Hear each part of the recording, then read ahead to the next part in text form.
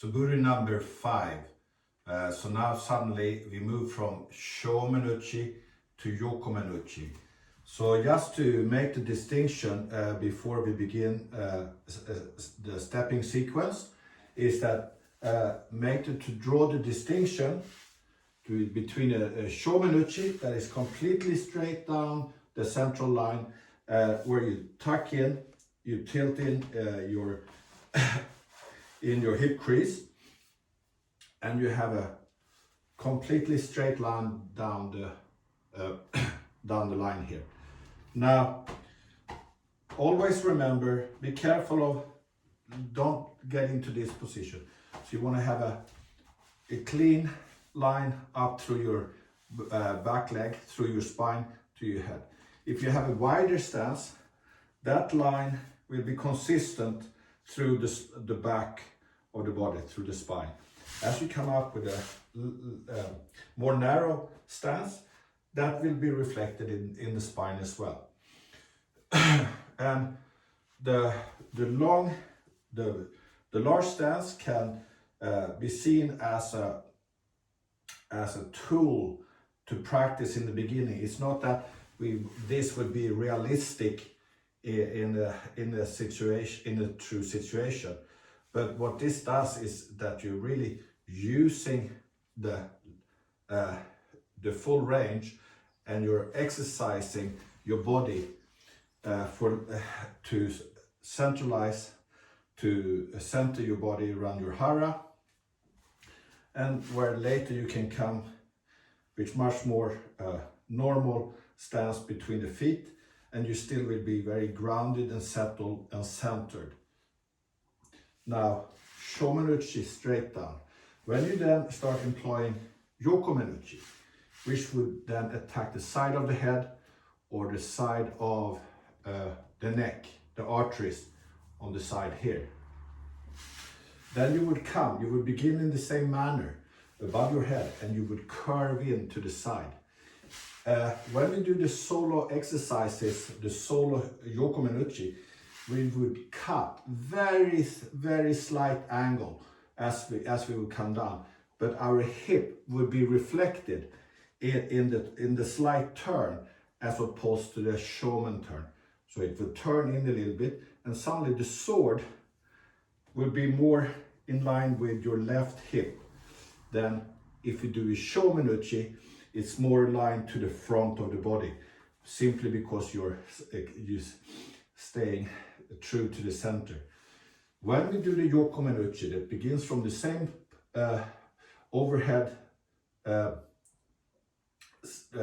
position, you cut with a very slight angle, and you cut all the way down to horizontal.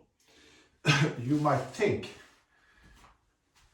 that when the Shomen is completely straight, and if you would do a Yokomen with a slant, the curvature of the sword would lead it up this way. But the angle is so narrow, so you're actually drawing it all the way down to horizontal here. So you have it like this.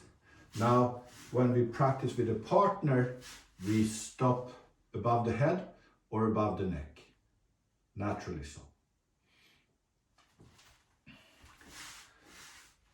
So, and with the Yokomen, of course, we are usually coming from back here. So we are employing the Yokomen as we step forward and we come in.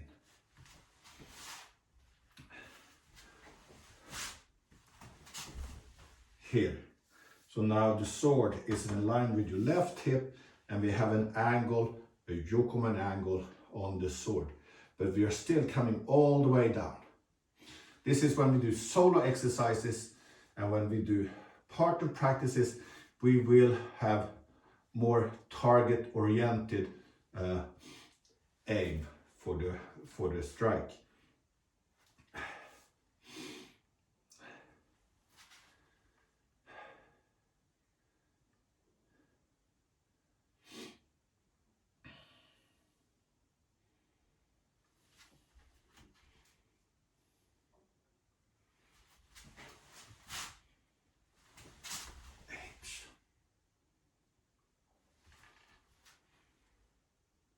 yokomenuchi. Just to clarify the distinction between shomenuchi and yokomenuchi. So when we would do with our tegatana, our sword hand, our shomenuchi traditionally is just striking straight down from above the head. So raising it up, striking straight down. That later led us in Iwama to always initiate the move with a shomen strike from below, coming up from the center and striking with the tegatana. So that's why a lot of the initial movements for ikkyo, nikkyo, sankyo initiates from below into a striking motion, a shomen motion straight forward. That would also be the close range initial strike. Now, when we in Iwama would go into Yokomen-uchi, we would most likely step back one step, and we would have a protective hand in front of us, and we would keep the striking hand just above the head, just as we would do with the sword. So this would mean that I could have some kind of protection in front here, and then coming in and striking the side of the head of the opponent. If I use the line, this hand would come up here, and this would then mark any kind of maybe hiding something, but I would come off the line and strike in from the side. As opposed to the shomen, that would be straight down the line, up and down, or simply strike in. So the shomen-uchi, up the line, or simply striking in. While the yokomen, you would come back, simply off the line, and you would strike in on the other side. Starting in kamai, you would lift up, come up, just raise it above the head, and you would come in from the side. In the exact same manner, do we do it with the bokken. So for example, from this angle, coming up here, protecting this for the front line, beginning the strike. So if we do shomen-uchi, it will simply go straight down. If we then do yokomen-uchi, it will just angle a little bit in the hip crease, and you come down towards the side of the head, or more accurately, with a blade, you would come in, you would cut arteries. Shomen-uchi would many times simply be a quick, a shorter distance attack, while yokomen-uchi would often come in with a slightly longer distance, reach in and cut. So we would come back, reach in and cut yokomen.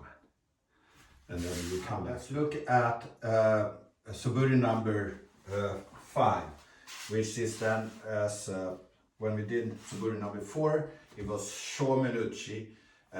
With Suburi number 5, we're going to do yokomen-uchi. So we're going to immediately enter into the left side. So we're going to, as we are moving from hara, as we're moving the whole body in one go. So do not begin by simply lifting the sword and then moving the body. You want to initiate the movement from your center of your body. And so the lifting happens as you start moving. So you lift and you cut. That's important. So take your time, feel that you initiate the motion from the center of the body, and as you come forward, you cut. Then the turn, if you do it very slowly, basically, step and cut. Then once again, try to do it all coordinated. Hitch,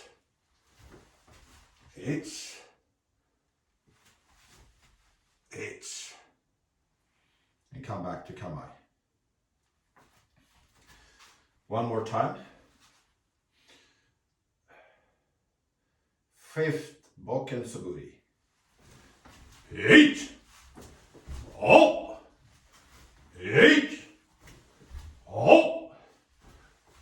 H. Yo.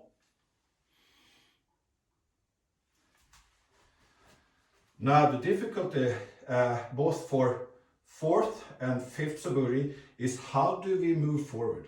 Is it simply stepping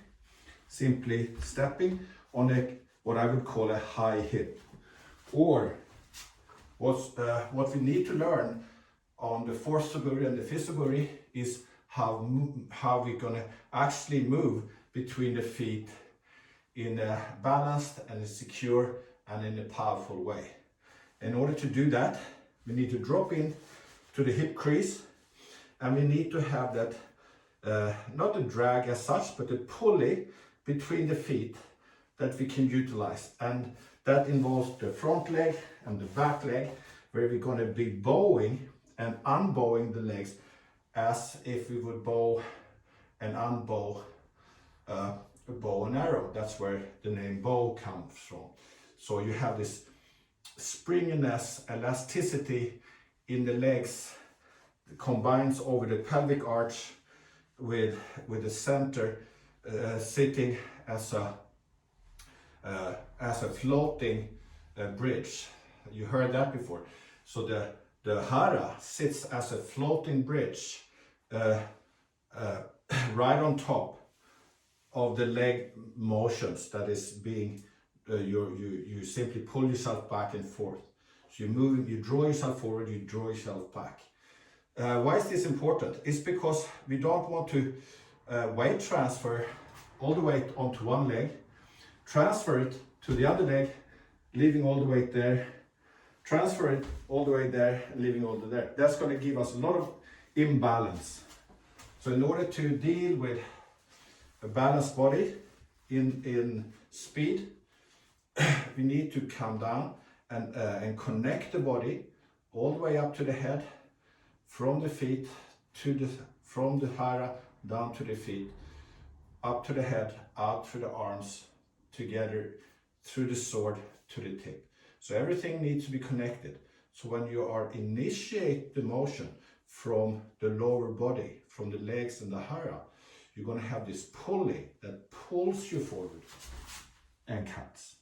And by doing so, you're not going to have any excess momentum carrying you over that you might have if you do stepping. I'm exaggerating. But the point with the pulley system is that you come and you keep the balance very well.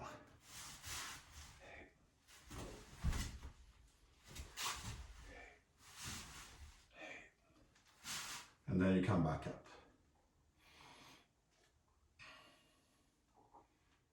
Fifth Bokken Suburi. H.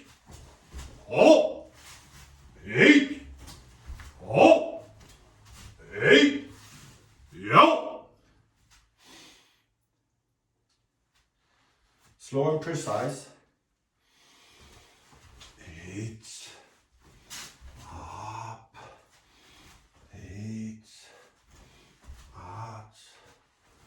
H. Out. H. Out.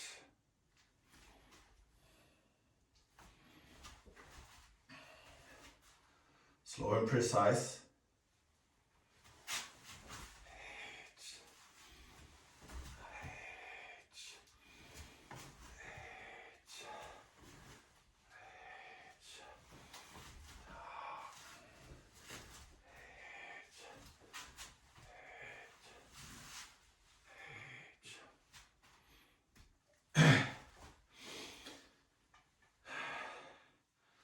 The movement between the feet is very important as you are initiate the motion and cut. So you can feel the pull that you have forward.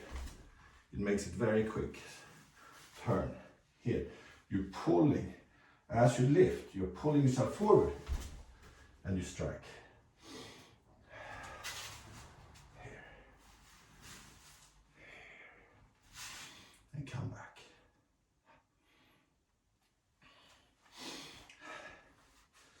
Now, of course, all the Suburis are individual solo exercises, and you're not dealing with a partner or or a opposing sword. That will be, of course, included in our partner practices later, but we do need to have some understanding that we are actually facing an adversary with a weapon, and mostly we train sword against sword. So many times we have to be aware of that when we are going to cut or attack, we cannot simply throw our lives away by entering in, exposing ourselves for whatever comes in here and kills us. So the sword, even though it's the weapon we attack with, it's also our shield. So we have to protect ourselves through our kamai. It has a shielding effect if you have the full body connection through the sword. It's going to have this angular, same thing as our shomen hand has. This has this quality of shielding you, of deflecting anything coming at you. The sword has the same quality of deflecting any weapon coming in, either on the right side or on the left side. And I think mainly that's why I think we in Wama always use the kamai on this angle. We were never practicing like kendo with a straight kamai, even though Saito Sensei is showing both of these kamais in his traditional Aikido 5-volume books from 1973. But this is the kamai we always used. So in one sense, we can see it as a defensive quality of shielding ourselves. Now, this angle, this slant, if you may, will help us as we come in to attack. So, not to worry too much about the partner practice when we do Suburi, but just to explain what we can and cannot do. So if we think the Yokomen-uchi is simply throwing the tip back, exposing yourself, and then attacking from the side here. And once again, throwing the tip back, attacking, exposing yourself, and then attacking here. It's a little bit suicidal and a bit dangerous.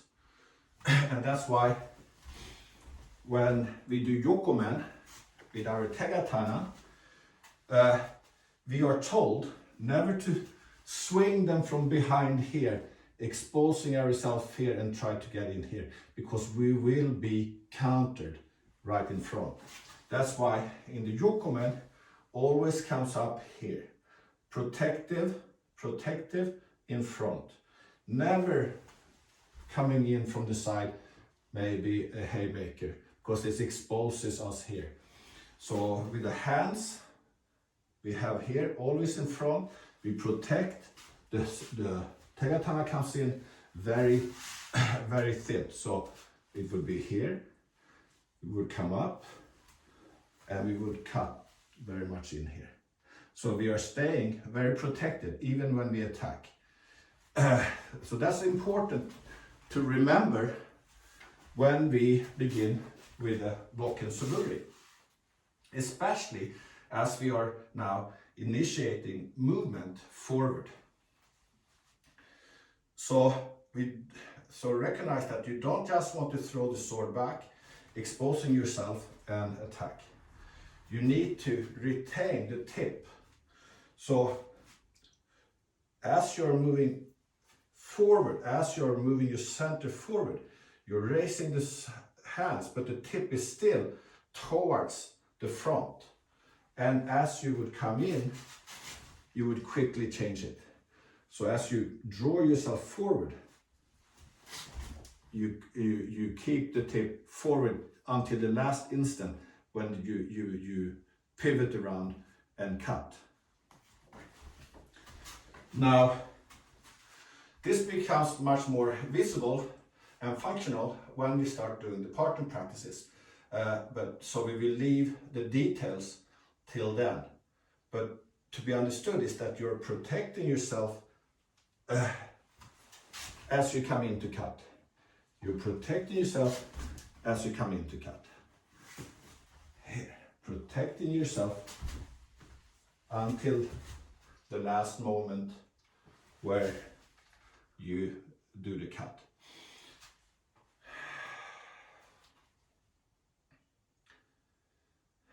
Now it's important also to don't go back, almost like catch it and then attack forward. If you start, so don't go back to come forward. This can sometimes be seen as, if you want to understand the motion, so you have this motion, you have this motion coming in, this motion coming in. But we don't want to spend time of winding up, like we spoke about in the earlier Suburis. We can't afford time to wind up, because when we wind up is when we are vulnerable and exposing ourselves, and it's much slower.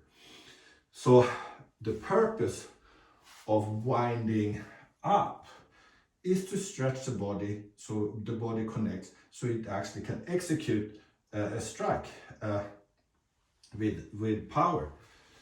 So once again, we have to, before we even begin, we have to connect the body from top to toe, out through the hands, out through the sword. So we feel we have a connective, fully connected body that is moving as one piece.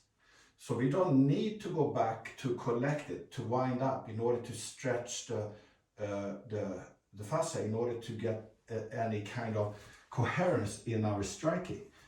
If we already have connected the body already here, so is in the sense we can't see it, but we are becoming sprung. So we want to work from a situation where when we move, we are simply moving forward. Simply moving forward. Now doing that, you still can't throw yourself away. There's an understanding that there's a weapon in front of you. So you have to be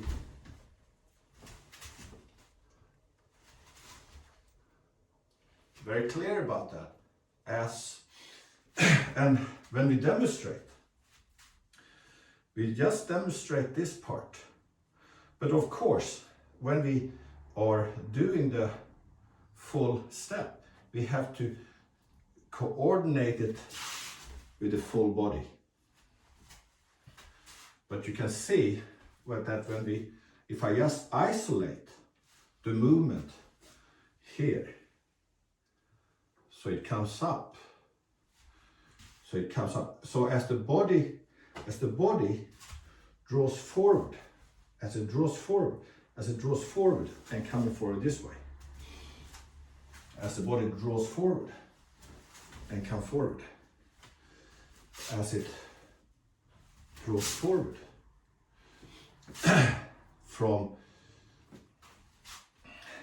as it draws forward, the sword moves with it, but it doesn't swing back, it moves here. And as it comes up, as you are already here now you turn. Same here, move forward, move forward, move forward, and come around. Now,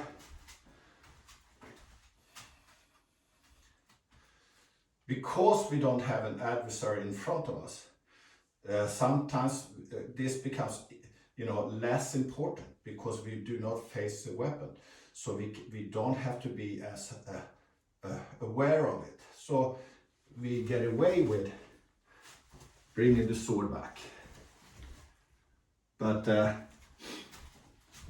we still have to remember that it actually has the quality of protecting ourselves.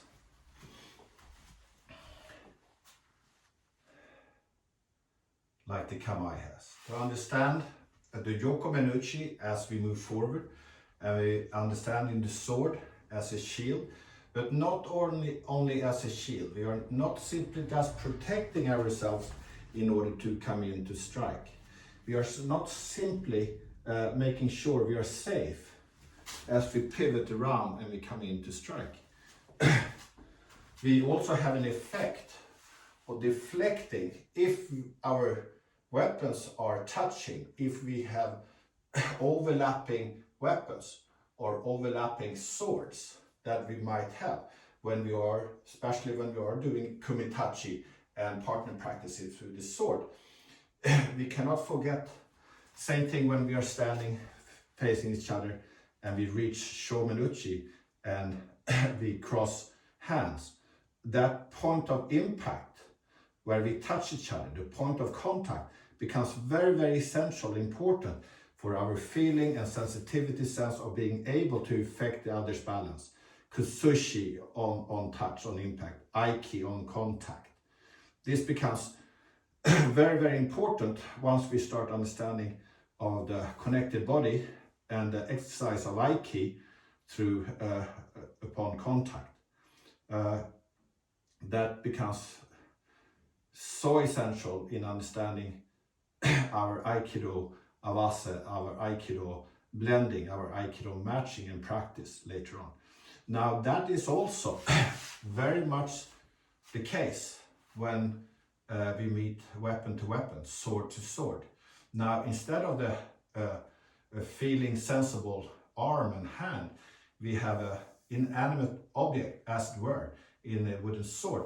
And wood touching wood, we might not think that we are that sensitive to it, but over the years of practice you will build up a sensitivity of the sense of touch and the sense of connectivity through your own body, through your own sword. Even to the effect that you will have an effect upon the person's weapon and body that you touch. And remember, so when we cross swords, or for that matter, when we cross shomen hands, we don't do any pushing. There's no pushing going on. So if your sword is touching his sword, if you are touching here, there's never any pushing going on. And that becomes self-evident as you see. If I would trying to push the opponent's sword away, I'm exposing myself. So it's very important that I'm keeping the angle of my shield, of my protection. And that becomes also a point of deflection if I have the sword here, that I actually can affect imbalance in him through my angling before I pivot around to attack him. So that is actually quite essential, that I affect him so I can attack him. I want to unbalance him, if possible, through my angling and my coming in. That becomes essential when we do partner practice with or without the sword. So we're not going to spend time on that for this post, but have that in mind for later on. Because that's when the yokomen movement will begin to make sense. Why are we doing these big motions when we could just as easily cut up and down like we do on shomen? We could just as easily cut up and down into yokomens. So why do we do these big movements, and how do they come about? One understanding can be, if you are in this position and their sword is strong and they're controlling you in here, you might feel that you can't really lift the sword up to simply attack a shomen. You actually have to deal with the opposing blade or bokken. You have to deal with it. You cannot simply just attack into it. So that means you have to displace it or somehow divert it in order to come in. And that's what the yokomen does. A science in itself, because it starts with the connected body, with an understanding of Aiki, and then you come in. And they understand, of course, there's so many parts to it, but you can see that the 4th and 5th Suburi suddenly takes on a whole new dimension that I never understood in the beginning, because I thought, well, 4th Suburi is simply just walking forward and back. What's the big deal? We have the main cut from Yokomen-uchi already in the first, so we're just doing that over and over again, not understanding the importance of the fully connected body movement between the feet and the hara, and also later not understanding the intricacies with the yokomen cut, which then suddenly adds a whole new dimension to what we are doing. So the basic first Suburis, 1, 2, and 3, deals mainly with our cut. How do we cut? 4 and 5 deals with how do we move, executing those cuts. Now we're going to move, the next post going to move into 6 and 7, which is the last 2 Suburis, which then suddenly deals with the cut and the ski, the thrust. But for now, practice 4 and 5 with a connected body.